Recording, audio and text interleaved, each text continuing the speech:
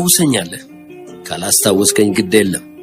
በመጀመሪያ ቃል ነበር፣ ቃልም ደራሲ ነበር፣ ደራሲም ቃል ነበር። ጸጋዬ ተኝቷል፣ ታሪኩ ግን ቀጥሏል። ሕይወት አንድ ቦታ አትቆምም፣ ትቀጥላለች። ያንዱን ሕይወት ከሌላው ጋር ድርና ማግ እያደረገች። የጎልያድ ንቀት፣ የጎልያድ ውድቀት። ሰኞ ታኅሳስ 1974 ፋታ ከነሳቸው ግለሰቦች አንዱ ኮሎኔል በትሩ ተሰማ ነበር። ከሰለሞን በትሩ ግብዣ ወጥቶ በቀጥታ የሄደው ወደ ቢሮ ነበር። አብዛኛውን ጊዜውን የሚያሳልፈው በቢሮ ውስጥ ነው። አንዳንዴም እዚያው ውሎ ያድራል። ቢሮ መቼም የቢሮ መልክ የለውም። የሀብታም ሰው ሳሎን ነው የሚመስለው። ከጥቁር ቆዳ የተሰራው ትልቅ ሶፋ ሁለት ሰዎች በምቾት ያስተኛል።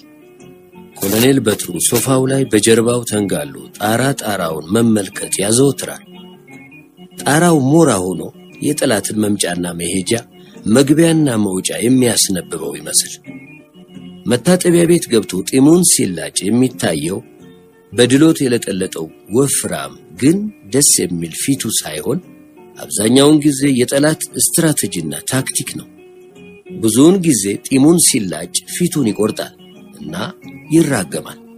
ጥሎበት የኤሌክትሪክ ጢም መላጫ አይወድም። ተራ የጢም መላጫ መሳሪያና ጂሌት ምላጭ ደስ ይለዋል፣ ሽልት አድርጎ ስለሚላጭለት። ኮሎኔል በትሩ ቢሮ ሲደርስ መለዮ ለባሹም ሆነ ነጭ ለባሹ በተጠንቀቅ ተቀበለው። መብራት የማይታይበት ወይም የተዘጋጀ ቢሮ አልነበረም። እሱ ካላሰናበተ ማን አባቱ ቢሮውን ዘግቶ ይሄዳል? ሁሉም እየተራገሙ እያዛጉ እያንቀላፉ ልባቸው እስኪፈርስ ድረስ ቡና እየጠጡ ሳምባቸው እስኪከስል ድረስ ሲጃራ እያጨሱ አይናቸው እስኪቃጠልና ጭንቅላታቸው እስኪግል ድረስ የዕለቱን ሪፖርት እየጻፉ ይቆዩታል። ሁሉም ይጠሉታል። ቀልድ አያውቅም። ይሰራል፣ ያሰራል። ከሥራ ሌላ ሰው የሚመዝንበት ሌላ መለኪያ የለው። የሚሰራው ሰው ሁሉ ጓደኛው ነው። በሥራው መጠን ሰው ያቀርባል፣ ያርቃል። ታዲያ ሁሉም ይጥሉት እንጂ የማያከብረው ሰው የለም። እሱም ቢሆን ከመወደድ ይልቅ መከበርን ይመርጣል። ረጅሙን መተላለፊያ ኮሪደር አቋርጦ ቢሮውን ከፍቶ ገባ። መብራት አበራ። የቢሮው ሽታ ደስ አላለው። በሩ ከውስጥ የሚዘጋውና የሚከፈተው በአውቶማቲክ ቁልፍ በመሆኑ ራሱ ተዘጋ። በሩ ላይ ያለው ልዩ መስታወት ከውስጥ ወደ ውጪ ቁልጭ አድርጎ ያሳያል። ከውጪ ወደ ውስጥ ግን ድፍን ነው። ወደ መታጠቢያ ቤት ሄደ። ከእብነበረድ የተሰራ ትልቅ የተንደላቀቀ መታጠቢያ ቤት ነው። ሽንቱን ሸና። ትከሻው 4 ማዕዘን ሆኖ ይታይ ነበር። ፊቱን ተጣጥቦ ትንሽ አዶኮሎኝ ሲቀባ ሁሉ መስተዋቱ ውስጥ የሚታየው የራሱ መልክ አልነበረም። ስዕላይ በራሂ ነበር መስተዋቱ ውስጥ የሚታየው። ትናንሽ አይኖቹ፣ ብልጣብልጥ ስለታም ፊቱ፣ እንደ ስለት የሚቆርጠው ንቁ ጭንቅላቱ። ኮሎኔል በትሩ ለመጀመሪያ ጊዜ በራሱ ሁኔታ ተገረመ። ከጠላት መልክና ሁኔታ ሌላ የራሱ መልክ በውል አልታይህም እያለ ማስቸገር ከጀመረው ቆይቷል። የሚታየው ነገር ሁሉ የጠላት መልክ ብቻ ሆኗል በራሱ መልክ ምትክ። ምናልባት በዚህ ሥራ ላይ ብዙ ዘመን ስለቆየው ይሆናል ብሎ አሰበ። በሕይወቱ ሌላ ሥራ ይዞ አያውቅም።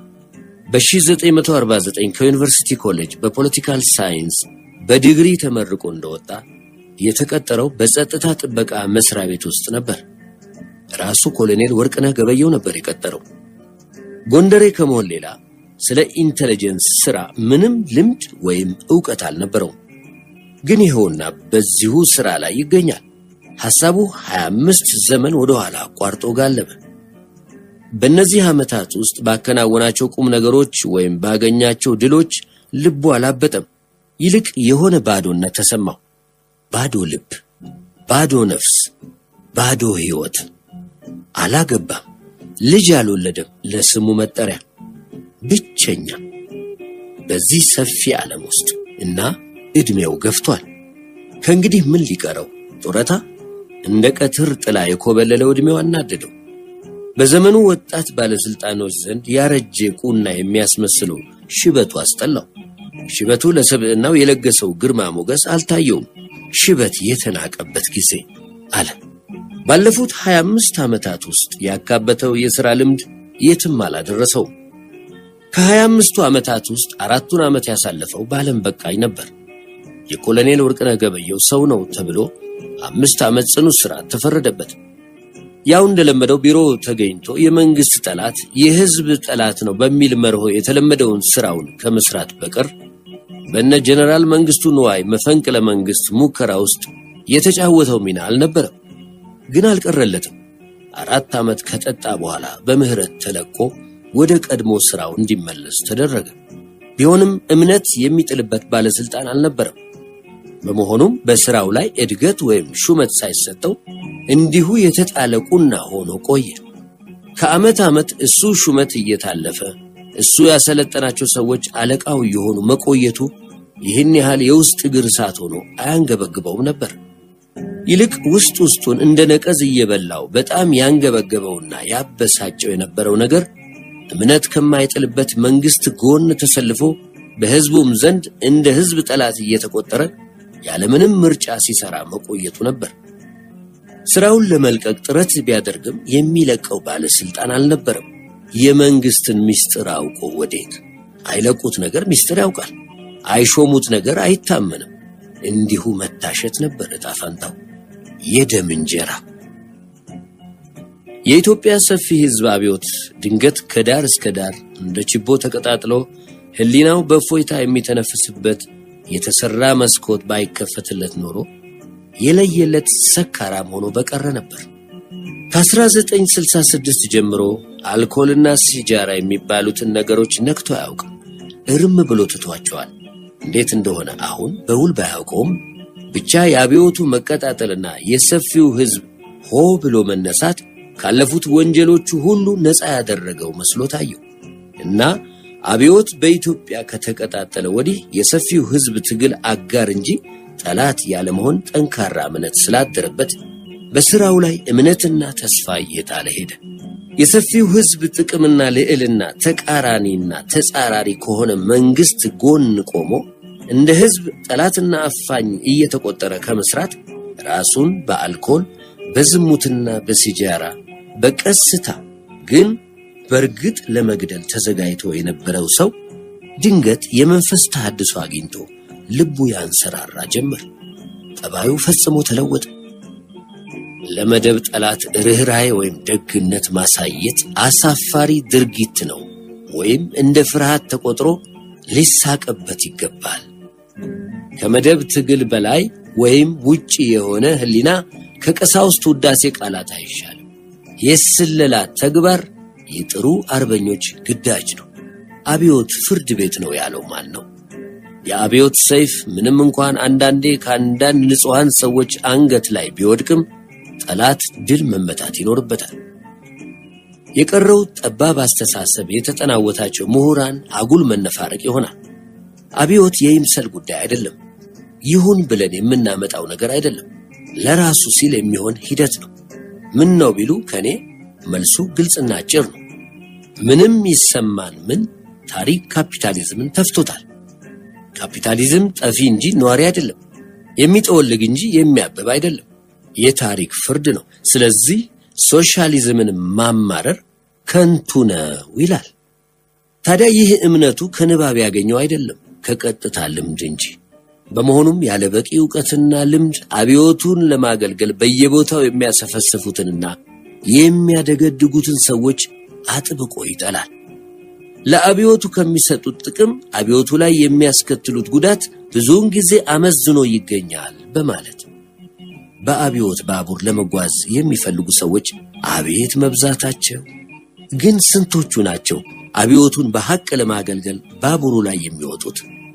በጅምላ ተሳፋሪዎች ምክንያት ስንት ጉዳት፣ ስንት ጥፋት ደረሰ፣ ስንት ነገር ተናጋ፣ ስንት ቤት ፈረሰ፣ ስንት ሕይወት በከንቱ ጠፋ።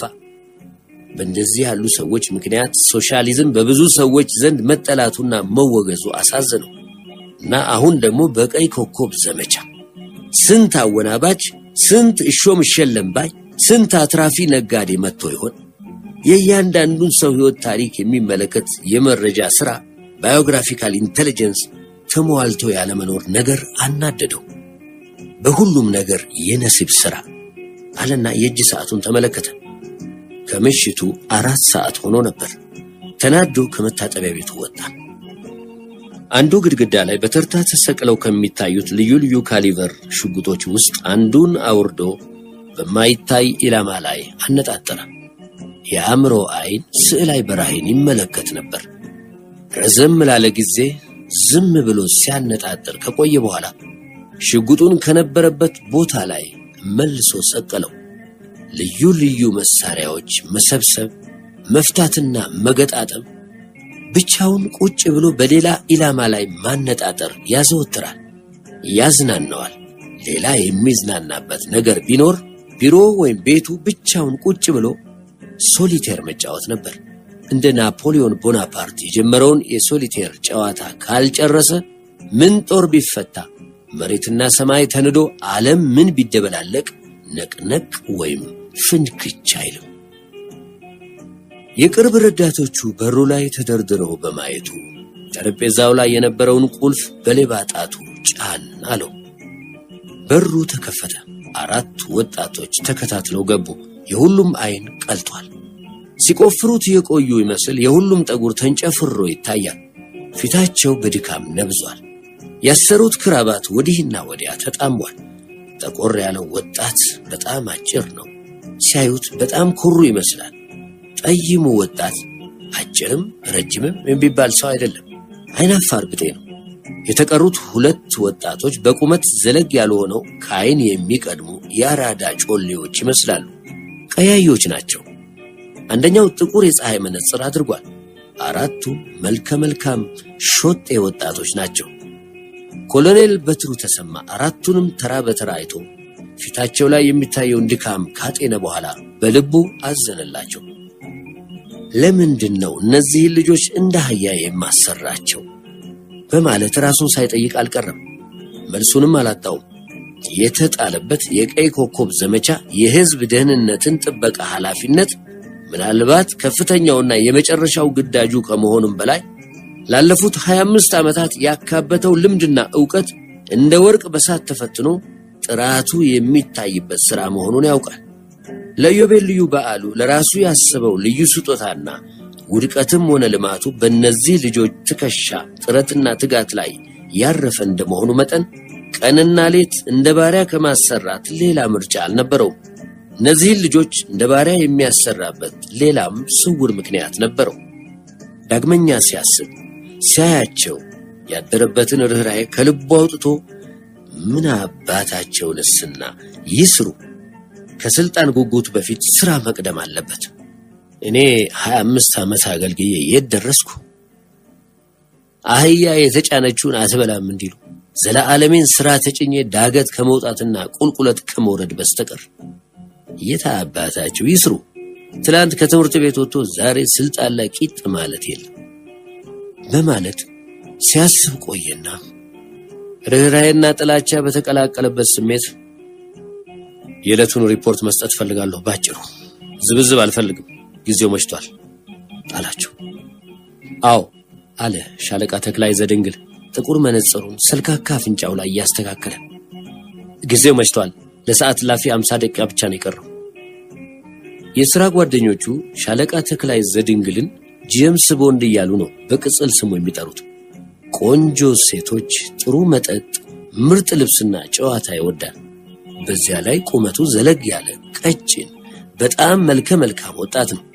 ሴቶች ይሞቱለታል። አብዛኛውን ጊዜ የመረጃ ምንጮቹ ሴቶች ናቸው። መረጃ ማግኘት ይሆንለታል። እሱም ከሴት ጉያ ምን ምስጢር ይታጣል የሚል ፈሊጥ አለው እና ከሴቶች ጉያ ምስጢር ሲቆፍር ይውላል። ያመሻል፣ ይጠጣል፣ ይጫወታል። አደገኛ የመረጃ ሰው ፈጽሞ አይመስልም። ስራውን እንደ ቀልድ ነው የሚመለከተው። ነገሩ የምር ከሆነ ያመራል። ልዝብ፣ የዋህና ተጫዋች መስሎ የሚታየው ሰው በአንድ ጊዜ አውሬ ይሆናል። በደፋርነቱ በሥራ ጓደኞቹ ዘንድ የታወቀና የተከበረ ሰው ነው። የሥራ ጓደኞቹ ሁሉ በለጋስነቱ ይወዱታል። ከኪሱ ቢያጣ ተበድሮ ይጠጣል። ለነገ የሚለው ነገር የለውም። ኮሎኔል በትሩ ተሰማ ተክላይ ዘድንግልን በስራው የሚወደው ቢሆንም ስራውን የሚያከናውነው በቂም በቀል ስሜት ይሆናል ብሎ ስለሚያምን ቅር ይሰኝበታል። አብዛኛውን ጊዜ ውሳኔውንና ግምቱን ይጠረጥራል። የተክላይ ታናሽ ወንድም አስመራ አደባባይ ላይ በጥይት ተደብድቦ በአሰቃቂ ሁኔታ የተገደለው በሻዕቢያ ፈዳይት ነበር። ከሱ ሌላ ወንድም አልነበረው። ታናሽ ወንድሙን በጣም ይወደው ነበር። ከዚያን ጊዜ ጀምሮ ነበር ከተገንጣዮች ጋር የግል ጦርነት የከፈተው። ኮሎኔል በትሩ የወትሮ ፈገግታውን እያሳየው ታዲያ ምን አለ በጊዜ ትተኛለህ ማለት ነው አለው። ጓድ ኮሎኔል አለ ተክላይ፣ ሰው እኮ ለእንቅልፍ ብቻ አይደለም የተፈጠረው። ታዲያ ለቅብጠት ነው? ሁሉም ሳቁ። እሱም የህይወት አንዱ ፈርጅ ነው። ሚስጥር የት የሚገኝ መስሎታል? በሴቶች ጉያ። ሁሉም እንደገና ሳቁ። ግን አይመስለውትም አለ ተክላይ። አዎ የሚያደርሰውም ጥፋት ያንኑ ያህል ነው። አንድ ቀን እዚያው ተቀብረህ እንዳትቀር እሰጋለሁ። ሴቶች አደገኞች ናቸው። በእኛ ስራ የለም። ጭኗን የከፈተችል ሴት ሁሉ ልቧን የምትሰጣ አይምሰልህ። ይልቅ ጭኗን ሰጥታ ልብህን ነው የምትሰርቅህ አለው ኮሎኔል በትሩ። በዚህ ሐሳቡን አልገታም። ቀጥሎ በአሁኑ ወቅት ለእንቅልፍ የሚያስቸኩለን ነገር የለም። በዚች ሰዓት በሊቀመንበሩ ቢሮ ምን መካሄድ ላይ እንዳለ ታውቃላችሁ? የስታፍ ስብሰባ እየተካሄደ ነው። ምናልባት እስከ ጠዋት ሳይቀጥል አይቀርም። ላለፉት 7 ዓመታት በቀበሮ ጉድጓድ የኖረው ወታደር ለእንቅልፍ አልቸኮለም። በጊዜ እንቅልፍ ተኝቶ ማለዳ ጠዋት ለስልጣን የመሰለፍ ነገር አይገባኝም። ቀጥሎ የተናገረው ሻለቃ ስዩም ሰረቀ ብርሃን ነበር። በሐሳቡ አልስማማም ጓድ ኮሎኔል። ሻለቃ ስዩም ሁልጊዜ በሰው ሐሳብ አይስማማም። ጥቁር ሆኖ አጭር ነው። ሴታ ሴት መልክ አለው። ጥርሶቹ በጣም ያምራሉ። በየትኛው አለው ኮሎኔል በትሩ። ሴቶቻችን በመረጃ ስራ ለምን አይረቡ? እንዴት? እርስዎ እንዳሉት ሳይሆን ጭናቸውን ለከፈቱለት ወንድ ሁሉ ነው ልባቸውንም ጭምር የሚሰጡት። ክቡር ሰውነታቸውን ከመቸርቸር አልፈው የአገር ምስጢር ይሸጣሉ። ለጌጣጌጥ እንጂ ለአገር ደንታ የላቸውም። በእነሱስ አልታደልንም። ኮሎኔል በትሩ የእጅ ሰዓቱን ተመለከተ። በክርክር ጊዜውን ለማባከን የፈለገ አይመስልም እና ደግሞ ሻለቃ ስዩም ሁል ጊዜ ይበረብረዋል። ወጣቱ የመረጃ መኮንን በስራው በጣም ብቁ ቢሆንም ለስልጣን በጣም ችኩል መሆኑን ኮሎኔል በትሩ ያውቃል። በጉቦም ይጠራጠረዋል። ሻለቃ ስዩም ገንዘብ ፈጽሞ አይበቃውም። ደሞዝ ካገኘ በ5 ወይም ግፋ ቢል በ10 ቀን ውስጥ ገንዘብ ኪሱ አይገኝም። ቀሪውን 20 ወይም 25 ቀን እንዴት እንደሚያሳልፍ ኮሎኔል ሁልጊዜ ይገርመዋል። ሆኖም እስካሁን በጉቦ ይዞት አያውቅም። ግን አንድ ቀን አለና በልቡ ታዲያ የሚሸጡትን ምስጢር ከየት ያገኛሉ ብለህ ታስባለህ ብሎ ሻለቃ ስዩምን ጠየቀው። ምናልባት በወንዶች ይሆናል፣ አላውቅም። ምናልባት አትበል። ምስጢር የሚያገኙት 100% ከወንዶች ነው። ከውሽሞቻቸው፣ ከባሎቻቸው፣ ከወንድ ጓደኞቻቸው። ወንድ ሴትን የማመን ተፈጥሯዊ ዝንባሌ ያለው። አዳምን ያሳሳተችው ሔዋን መሆኗን አትርሳ። ውበት አደገኛና አሳሳች ነገር ነው። አየህ፣ አንድ ወንድ ጓደኛ ላይኖረው ይችላል፣ ግን ምን ጊዜም ቢሆን አንድ ሴት ከጎኗ አትጠፋም። ያቺ ሴት ልታጠፋውም ልታለማውም ትችላለች።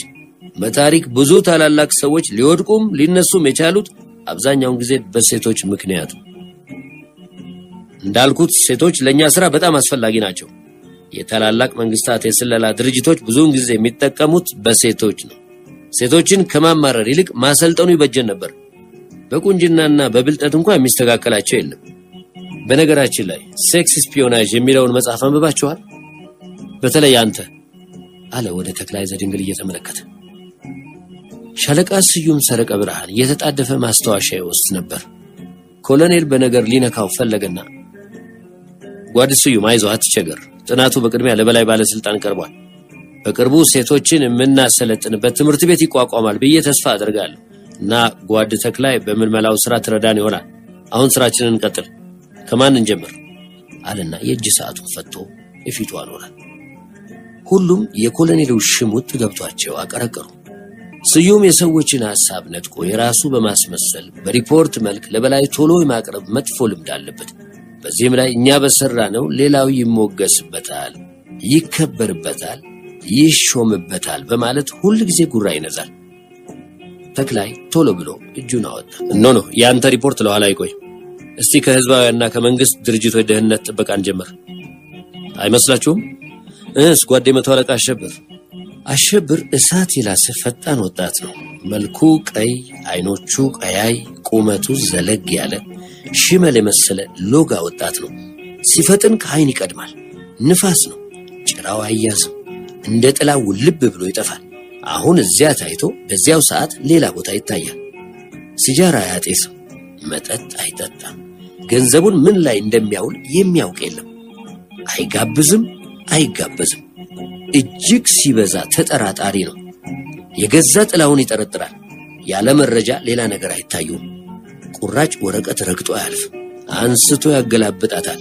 ሰው የተናገረውን ነገር ሁሉ ያሰላስላል፣ ይመረምራል። ምን ማለቱ ይሆን በማለት ይተነትናል። ሰዎች ይህን ዝንባሌውን ስለሚያውቁበት ከሱ ጋር ጭውውት አይወዱም። ከሩቁ ይሸሹታል። ሌላ የጊዜ ማሳለፊያ የለውም። ብቻ በምድጃ ዳር ያደገ ይመስል ሲመሽ እሳት አንድዶ እሳቱ ሲንቀለቀል ማየት ይወዳል ይባላል። በተለይም ፍሙን። ጓደኞቹ እሳቱ የሚሉት አለ ምክንያት አይደለም። ግን እሳት የሚሰጠውን ትርጉም የሚያውቅ የለም። እሱም አይናገርም። አስመራ ከመጣ ወዲህ እሳት አይቶ አያውቁም። እንጨት የለም። ከረምቦላ በመጫወት ጊዜውን ማሳለፍ ጀምሯል። ታዲያ ማዕዘን መርጦ ድንጋይ የመጣል ነገር አይደለም የሚያስደስተው። ማተራመስ ደስ ይለዋል። ድንጋይ በድንጋይ ተጋይቶ ድንጋይ ሲበተን ሲተራመስ ማየት ነው የሚያስደስተው። ስለሆነም ማንም ከሱ ጋር ከረምቦላ መጫወት አይፈልግም። ኮሎኔል ይወደዋል። በፍጥነቱ፣ በድፍረቱ፣ በጭካኔው። ጨካኝ ነው። ምህረት የለውም። በኮሎኔል መመዘኛ መሰረት ጥሩ የመረጃ ሰው የሚባለው ፈጣን፣ ደፋር፣ ጨካኝ፣ ብልጥና የማይጠጣ እንዳሸብር ያለ ሰው ነው። ቅር የሚሰኝበት ነገር ቢኖር ተናዳጅ በመሆኑና መረጃዎችን በሚገባ መዝኖ ለማወቅ ገና ባለመቻሉ ብቻ ነው። ይህን ድንጉላ በደንብ የሚገርፈው ቢገኝ ብሎ አሸብር አለው። አሸብር ሲናገር ትንሽ ይኮላተፋል። በአጠቃላይ በህዝባዊያን ድርጅቶችና በመንግስት መስሪያ ቤቶች ያለው ጥበቃ ተጠናክሯል። በጣም በጥሩ ሁኔታ ይገኛል ብሎ ሪፖርቱን ቀጠለ። ግን ህዝቡን ለማሸበርና ዘመቻውን ካሁኑ ተስፋ ለማስቆረጥ አንድ የሆነ ፋብሪካ ወይም አየር ማረፊያውን ለመምታት አንድ ዝግጅት አድርገዋል የሚል መረጃ አለ ሲል ኮሎኔል በትሩ ንግግሩን አቋረጠውና የመረጃው ምንጭ ምንድን ነው? ወይስ እንዲሁ በነሲብ የተደረሰበት መረጃ ነው? ለነሲብ ስራ ቦታ የለንም። ተጨባጭ ነገር ነው እንጂ የነሲብ ጥቆማ አይደለም።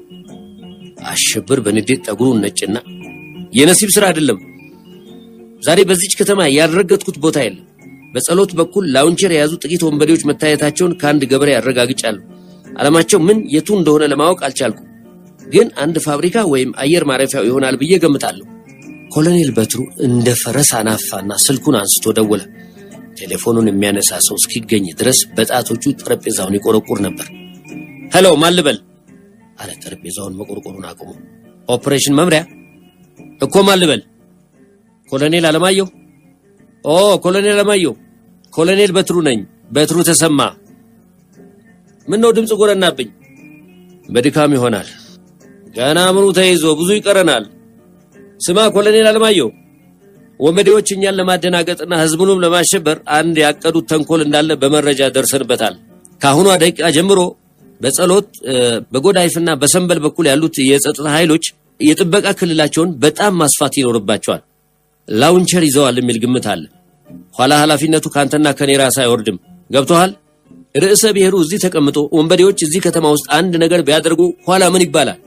እኔ በጣም የሚያሰጋኝ ድርጊቱ የሚያስከትለው የፖለቲካ ጉዳት ነው። ስማ አለማየሁ፣ ውለታ አይደለም የምጠይቅህ፣ አድርግ ነው የምልህ አሁን ብሎ ቴሌፎኑን ዘጋና ወደ አሸብር እየተመለከተ ሌላስ አለው።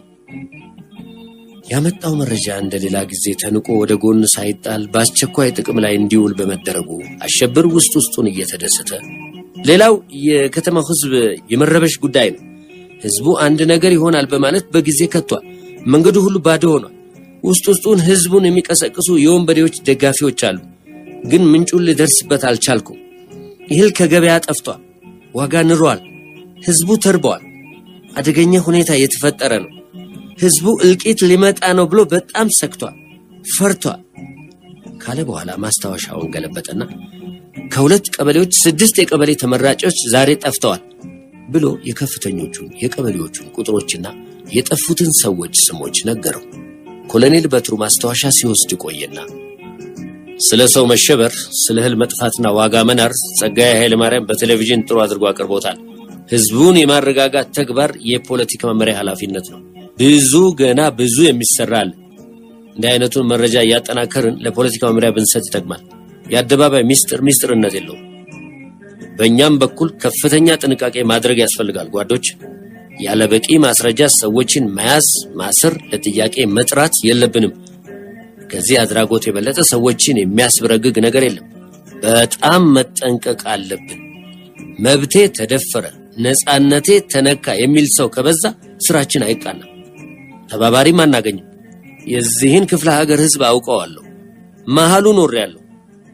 ሰራተኛ ነው፣ ሰላም ፈላጊ ነው፣ ወሬ አታመልጠውም፣ ይጠራጠራል እና ደግሞ ቶሎ ይበረግጋል። በ1967 በሺህ የሚቆጠሩ ሰዎች በርግገው ጫካ የገቡት በወንበዴዎች ጥሪ ወይም አንዳንድ ሰዎች እንደሚሉት ነፃነት ተቃርቧልና ወጣ ብለን አብረን ከበሮ እየመታን እንግባ በማለት ብቻ አይደለም። አብዛኛዎቹ ከፍርሃት የተነሳ ነበር የወጡት። ለደረሰው ሁኔታ በከፊል እንወቀስ ይገባል። ፍርሃትና ሽብር በልባቸው ስንለቅባቸው ምን ያድርጉ? ጅምላ ፍርድ፣ ጅምላ እስራት፣ ጅምላ ግድያ ከሆነ ሰዎች ህይወታቸውን ለማዳን መሮጥ አለባቸው። ቀንደኛ ወንበዴ ካልሆነ በቀር ለህይወቱ ለመብቱና ለነፃነቱ ዋስትና ያለው ሰው ተነስቶ በረሃ አይገባም። እብድ አይደለም። ያኔ ሽብርና ጥላቻ የፈጠሩት አብዮቱን የረዱ የሚመስላቸው አንዳንድ ጨቅላ ካድሬዎች ነበሩ። አንዳንድ ሆዳም ጉቦኞችም ነበሩ። ሆነ ብለው ችግሩን በማባባስ ለአዳህሪ ዓለማቸው አብዮቱን ለማጥላላት ስውር ተንኮል የሚሸርቡም ግለሰቦች ነበሩ። አሁን ግን ያ ጊዜ አልፏል። እንጠራጠር። መጠራጠር የሙያችን አካል ነው። ጨካኝም እንሁን። ወንበዴ ያለ ጭካኔ ሌላ ቋንቋ አያውቅም። ግን ለምናደርገው ነገር ሁሉ እርግጠኞች እንሆን። በአብዮታዊ ስሜት መንደድ፣ መቃጠል ብቻውን አይበቃም። ፍላጎት ብቻውን የትም አያደርስም። ጥበብና ዘዴ ሊታከልበት ይገባል። ንግግር አበዛው መሰለኝ አለና ሰዓቱን ከተመለከተ በኋላ ቢሆንም ካለፈው ስህተታችን መማር አለብን። ካለፈው ስህተቱ የማይማር አብዮት አይደለም። በ1966 አብዮት ሲፈነዳ የሻዕቢያ ኃይል ምን ያህል እንደነበረ ታውቃላችሁ? ከ450 አይበልጥም ነበር ይባላል። ከ1967 እስከ 1969 ባለው ጊዜ ውስጥ ከ8000 እስከ 10000 የሚሆኑ ሰዎች ወደ ሻዕቢያ የገቡ መሆናቸው ይነገራል። ለምን? ብዙ ምክንያቶች ነበሩ። ዋናዎቹን ብቻ ከብዙ በጥቂቱ መጥቀስ ይበቃል። ተጋደልቲ ዛሬ ነገ ይገባሉ የሚለው ስነ ልቦናዊ ሁኔታ ራሱ አስገዳጅ ነበር። ማን ባወጣው ድል ማን ተንደላቆ ይኖራል? የጊዜው ጥያቄ ነበር። በማን ወይም በምን ተመክቼ እቀራለሁ? ሌላው ጥያቄ። የድል አጥቢያ አርበኛ በዛ፣ የሻዕቢያ ኃይል አበጠ።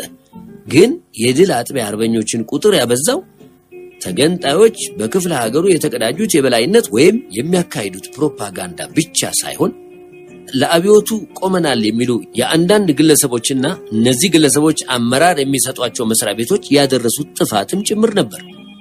የህዝቡን ደህንነት ለመጠበቅና መንግስትና ህዝቡን ለማቀራረብ የተቋቋሙት ድርጅቶች ወደ ጥፋት ያዘነበሉበት ምክንያት አንዱም የጊዜው ሁኔታ በአጭር ጊዜ ውስጥ የግል ጥቅምን ለማካበት አመቺ በመሆኑ፣ ሁለትም በክፍለ ሀገሩ በከፍተኛ ስልጣን ላይ የነበሩት ግለሰቦች በሁኔታው ተጠቅመው ግላዊ ፖለቲካዊ ፍላጎታቸውን ለማርካት የሚሸርቡት ስውር ተንኮል ነበር። በአፄ ኃይለ ሥላሴ ዘመነ መንግስትም የኤርትራን ሁኔታ በመጠቀም የራሳቸውን ቁሳዊ ፍላጎትና ፖለቲካዊ ስልጣን ለማራመድ ያላሰለሰ ጥረት የሚያደርጉ ባለስልጣኖች እንደነበሩ ታሪክ መዝግቧል።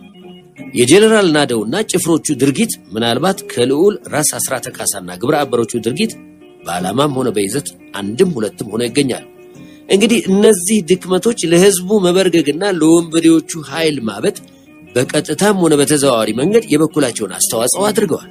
በጊዜው ጸጥታን ለማስከበር የመጣው ብሔራዊ ጦር በመባል ይታወቅ የነበረው ሰራዊት ለምን ለማን እንደሚዋጋ አያውቅም ነበር ይባላል። የኤርትራ ሕዝብ በሙሉ ወንበዴ ነው የሚል እምነትም ነበረው። ጦሩ በትንሽ ነገር ቶሎ ስለሚቆጣ ጥፋተኛውን ከደህናው ሳይለይ በደፈናው የቂም በቀል እርምጃ ይወስዳል፣ ዘረፋ ያካሂዳል፣ ሴቶችና ልጃገረዶችን ይደፍራል፣ ተኩሶ ከጣለ በኋላ ቆም ይላል። አስበርጋጊ ድርጊት ነበር። በረሃ ሄዶ መሞት ይሻላል በማለት አቅም ያለው ነፍሱን ይዞ ወጣ። ልጇ ፊቷ ሲደፋ ከማየት እናት መቀነቷን አጠበቀች። በእንቅርት ላይ ጆሮ ደግፍ እንዲሉ በ13ኛ ብርጌድ የሚካሄድ የአስመራ ከተማ የውስጥ ጥበቃ ኃላፊነት የተሰጠው ኃይል ነበር።